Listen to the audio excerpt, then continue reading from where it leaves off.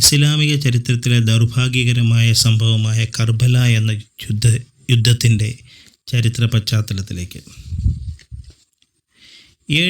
632 AD June 8, അതായത് ഹിജ്റ 11 റബീഉൽ അവ്വൽ 12 പ്രവാചകൻ മുഹമ്മദ് മുസ്തഫ റസൂൽ കരീം സല്ലല്ലാഹു അലൈഹി വസല്ലം ഈ ലോകത്തോട് വിട പറയുന്നു. പ്രവാചകൻ വഫാത്താകുന്നു.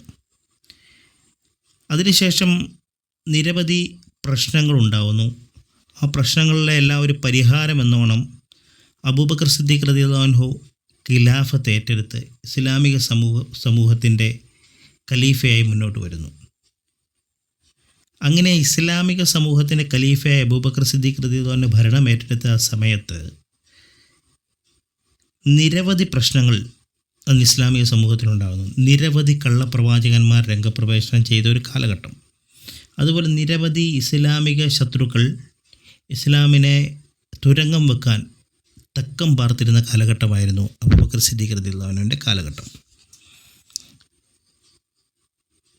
ശേഷം ഉമർ റളിയല്ലാഹു അൻഹു ഭരണത്തിലേക്ക് ഏർപ്പെടുകയും ഖിലാഫത്ത് ഉമർ റളിയല്ലാഹു അൻഹുവിന് ഏറ്റെടുക്കുകയും ചെയ്യുന്നു.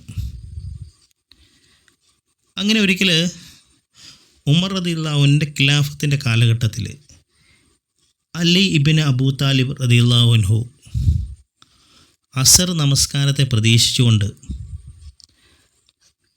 അദ്ദേഹത്തിൻ്റെ വീട്ടിൽ നിന്നും ഇറങ്ങി പുറപ്പെടുകയാണ്. അങ്ങനെ ആ സഹാബി വര്യൻ നടന്ന് വരുന്ന സമയത്ത് ഈന്തപ്പനത്തോട്ടത്തിൽ ഒരു കൊച്ചു പൈതലിനെ കാണുന്നു. മാതാപിതാക്കളാൽ ഉപേക്ഷിക്കപ്പെട്ട് ഉറുമ്പ് കടിയേറ്റ് കിടന്നിരുന്ന ആ പൈതലിനെ എടുത്തുകൊണ്ട് വീട്ടിലേക്ക് പോകുന്നു. വീട്ടിൽ കൊണ്ടേൽപ്പിച്ച് ഈ യാത്ര വീണ്ടും തുടരുന്നു. എങ്ങോട്ട്? പള്ളിയിലേക്ക്. സ്വാഭാവികമായും അപ്പോൾ മദീനത്തെ പള്ളിയിൽ ഉമർ റളിയല്ലാഹു അൻഹു നമസ്കാര ശേഷം അലി റളിയല്ലാഹു അൻഹു അന്വേഷിച്ചപ്പോൾ അലി റളിയല്ലാഹു അൻഹു കടന്നു വരുന്നു. അലിയാർ തങ്ങളോട് ചോദിച്ചു, എന്താണ് അലി അസറിന് താമസിച്ചത്?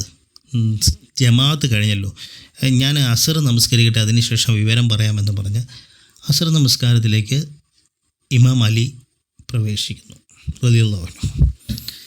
അതിനുശേഷം നമസ്കാരാനന്തരം അലി റളിയല്ലാഹു അൻഹു ഉമർ റളിയല്ലാഹു അൻഹുവിൻ്റെ അടുക്കൽ വന്നിട്ട് പറഞ്ഞു, ഞാൻ നടന്നു വരുന്ന വഴിയിൽ എനിക്കൊരു കുട്ടിയെ കിട്ടി, അതിനെ ഞാൻ കൊണ്ടുപോയി വീട്ടിൽ ഏൽപ്പിച്ചിട്ടാണ്. അതിൻ്റെ മാതാവാരാണ് പിതാവാരാണ് എന്ന് അന്വേഷിക്കേണ്ട ബാധ്യത നമുക്കുണ്ടല്ലോ, അന്വേഷിക്കണമെന്ന് ഉമർ റളിയല്ലാഹു അൻഹു ഓർമ്മപ്പെടുത്തിയ സാഹചര്യത്തിൽ അങ്ങനെ അന്വേഷിക്കുകയും മാതാവിനെയും പിതാവിനെയും കണ്ടെത്താൻ പറ്റാത്ത സാഹചര്യം വരികയും ചെയ്യുന്നു. ശേഷം ഉമർ റളിയല്ലാഹു അൻഹു അതിൻ്റെ സംരക്ഷണം ഏറ്റെടുക്കാമെന്ന് ആവശ്യപ്പെട്ടുവെങ്കിലും അലി റളിയല്ലാഹു അൻഹു തന്നെ അതിൻ്റെ സംരക്ഷണം ഏറ്റെടുക്കുകയും ആ കുട്ടിയുടെ സംരക്ഷണം ഏറ്റെടുക്കുകയും അങ്ങനെ അദ്ദേഹം അലി റളിയല്ലാഹു അൻഹുവിൻ്റെ വസതിയിൽ വളരുകയും ചെയ്യുന്നു. അങ്ങനെ ഏകദേശം ഒരു 16 വയസ്സ് പ്രായമായ അവൾ അതീവ സുന്ദരിയായി കാണപ്പെട്ടു. ആ സമയത്ത് അലി റളിയല്ലാഹു അൻഹു അവൾക്ക് വേണ്ടി ഒരു വിവാഹ ആലോചനകൾ നടത്തുകയും അങ്ങനെ പലയിടത്തും ആലോചനകളുമായി എത്തുകയും ചെയ്തുവെങ്കിലും നിർഭാഗ്യവശാൽ മാതാപിതാക്കൾ ആരെന്നറിയാത്ത അവളെ വിവാഹം ചെയ്യാൻ ആരും മുന്നോട്ട് വന്നില്ല എന്നതായിരുന്നു സത്യം. ഉമ്മുൽ ഹക്കീം എന്ന് അലി റളിയല്ലാഹു അൻഹു പേര് വെച്ച അവൾക്ക് അലി റളിയല്ലാഹു അൻഹു ഒരു ആട്ടിൻകുട്ടിയെ വാങ്ങിക്കൊടുത്തു. അങ്ങനെ ആട്ടിൻകുട്ടിയെ മേയ്ക്കാൻ 16 വയസ്സുള്ള ഉമ്മുൽ ഹക്കീം പുറത്തേക്ക് പോവുകയും അങ്ങനെ ഈന്തപ്പനത്തോട്ടങ്ങൾക്കിടയിൽ ആട്ടിൻകുട്ടിയെ മേയിച്ചുകൊണ്ടിരിക്കുകയും ചെയ്യുക എന്നത് ഉമ്മുൽ ഹക്കീമിൻ്റെ ഒരു പതിവായി മാറി. ശേഷം അങ്ങനെ ഒരിക്കൽ ആട്ടിൻകുട്ടിയെ മേയിച്ചുകൊണ്ടിരിക്കുമ്പോൾ കുതിരപ്പുറത്ത് ഒരു യുവാവ് വന്ന് അതുവഴി പോകുകയും യാദൃശ്യവശാൽ ഉമ്മുൽ ഹക്കീമിനെ കാണുകയും കണ്ട മാത്രമേ തന്നെ കുതിരയെ അവിടെ നിർത്തി ഉമ്മുൽ ഹക്കീമിനെ വീക്ഷിക്കാൻ അദ്ദേഹം ഇറങ്ങി ഉമ്മുൽ ഹക്കീമിൻ്റെ അടുക്കിലേക്ക് വരികയും ചെയ്തു. വന്നിട്ട് അദ്ദേഹം ഒരു വല്ലാത്ത നോട്ടം ഉമ്മുൽ ഹക്കീമിനെ നോക്കി. അപ്പോൾ ഉമ്മുൽ ഹക്കീം പറഞ്ഞു, മനുഷ്യ, നിങ്ങൾ എന്ത് പരിപാടിയാണ് ഈ കാണിക്കുന്നത്? ഒരു പെൺകുട്ടി ഇങ്ങനെ എന്താണ് നോക്കുന്നത് എന്ന്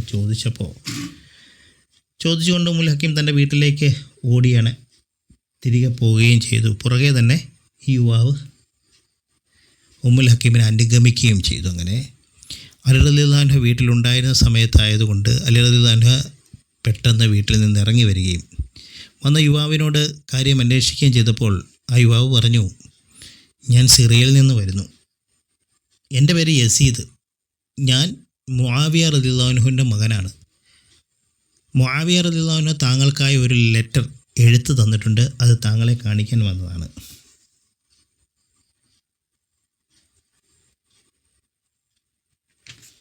അങ്ങനെ മുആവിയ റളിയല്ലാഹു അൻഹു കൂഫയിൽ നിന്ന് കൊടുത്തുവിട്ട ലെറ്റർ അലി റളിയല്ലാഹു അൻഹു കൊടുക്കുകയും അതിന് മറുപടി എഴുതി അലി റളിയല്ലാഹു അൻഹു അദ്ദേഹത്തിന് കൊടുക്കുകയും ചെയ്തു. ഈ ലെറ്റർ കൊടുത്തതിന് ശേഷം യസീദ് കുതിരപ്പുറത്ത് തിരിച്ച് കൂഫയിലേക്ക് തിരിച്ചു. ഏകദേശം 25 വയസ്സോളം പ്രായമുള്ള യസീദ്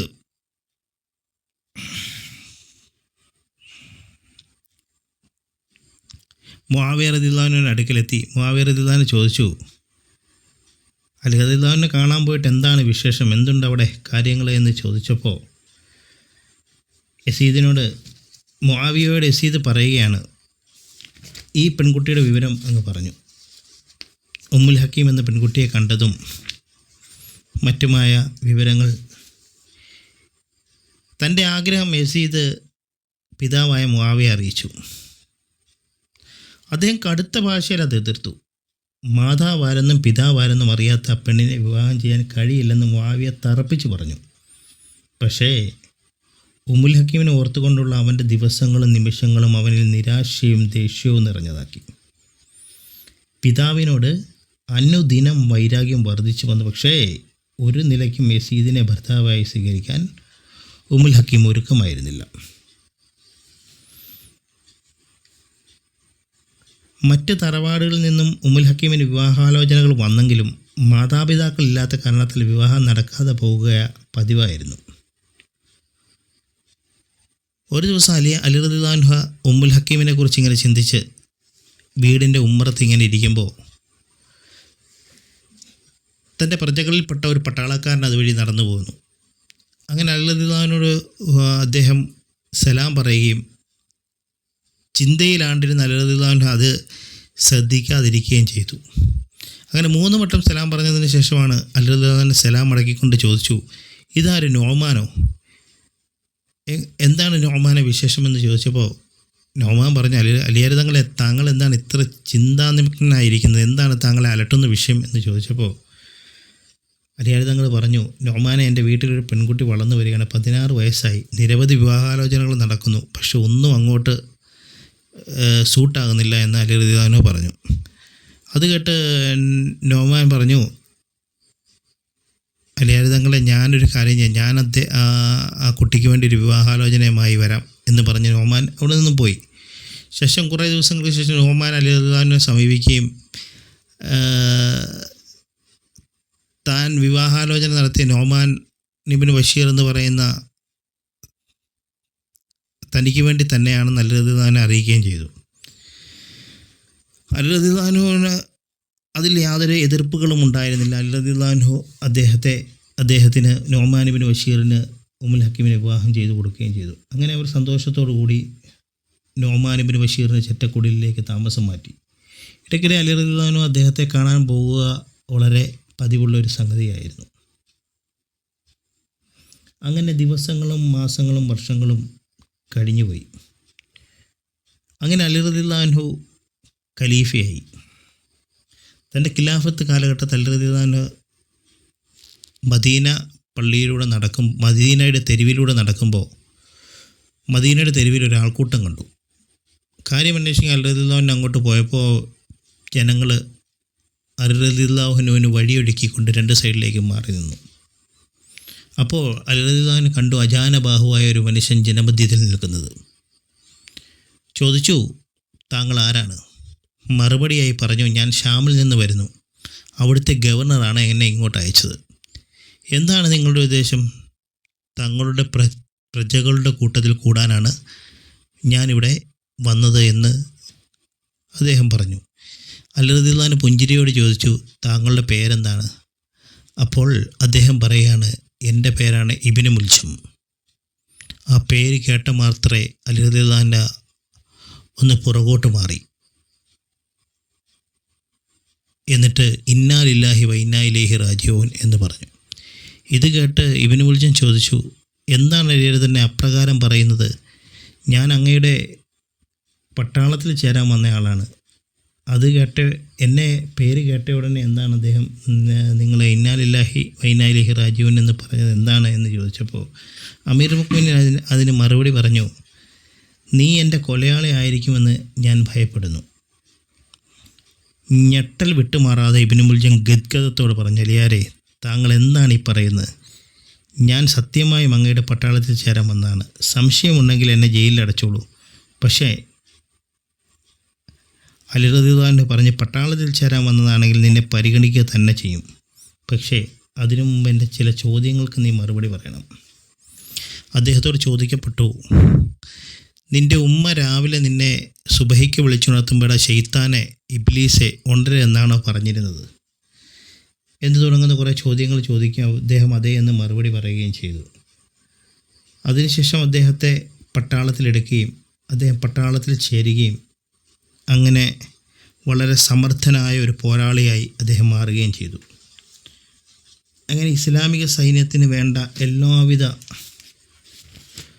കാര്യങ്ങളും അദ്ദേഹം ചെയ്തു വരികയും ചെയ്തു. ഒരു പട്ടാളക്കാരൻ എന്ന നിലയിൽ എല്ലാവിധ കാര്യങ്ങളും അദ്ദേഹം ചെയ്തു വന്നു. പിന്നീട് ഈ ഇബ്നു മുൽജം അലി റളിയല്ലാഹു അൻഹുവിൽ നിന്നും ആശയപരമായി വിയോജിച്ച് ഖവാരിജകളുടെ കൂട്ടത്തിൽ പിന്നീട് ചേരുകയാണ് ഉണ്ടായത്. ആ ചരിത്രം നമുക്ക് കൂടുതൽ മുന്നോട്ട് പോകുമ്പോൾ വലിയ മനസ്സിലാക്കാവുന്നതേ ഉള്ളൂ. അങ്ങനെ ഒരു യുദ്ധത്തിൻ്റെ വിജയഗാഥ അറിയിക്കാൻ അലി റളിയല്ലാഹു അൻഹു അറിയിക്കാനായി തൻ്റെ കുതിരപ്പുറത്ത് പാഞ്ഞു പോകുമായിരുന്നു ഇബ്നു മുൽജം. അങ്ങനെ മരുഭൂമിയിലൂടെ പോയ മാത്രയിൽ പിന്നിൽ നിന്നൊരു വിളി കേട്ടു, ഇബ്നു മുൽജം. പെട്ടെന്ന് ആ വിളി കേട്ട ഭാഗത്തേക്ക് ഇബ്നു മുൽജം തിരിഞ്ഞുകൊണ്ട് കുതിരയെ നിർത്തി. ഇബ്നു മുൽജം കാതോർത്തപ്പോൾ അതൊരു സ്ത്രീ ശബ്ദമാണ്. തൻ്റെ കുതിരയിൽ നിന്നും താഴെ ഇറങ്ങി ഇബ്നു മുൽജം ചോദിച്ചു, നീ ആരാണ്? അപ്പോൾ ആ പെൺകുട്ടി അടുത്തേക്ക് വന്നു. എന്നിട്ട് പറഞ്ഞു, എൻ്റെ പേരാണ് ഹത്താബി. നീ യുദ്ധത്തിൻ്റെ വിജയം പറയാൻ വേണ്ടി അലി റളിയല്ലാഹു അൻഹുവിൻ്റെ അടുക്കിലേക്ക് പോകുകയല്ലേ ഇബ്നു മുൽജം എന്ന് ചോദിച്ചു. അതെ എന്ന് ഇബ്നു മുൽജം പറയുകയും ചെയ്തു. എങ്കിൽ ഇബ്നു മുൽജം എൻ്റെ കൂടെ ഒന്ന് അല്പസമയം വരൂ.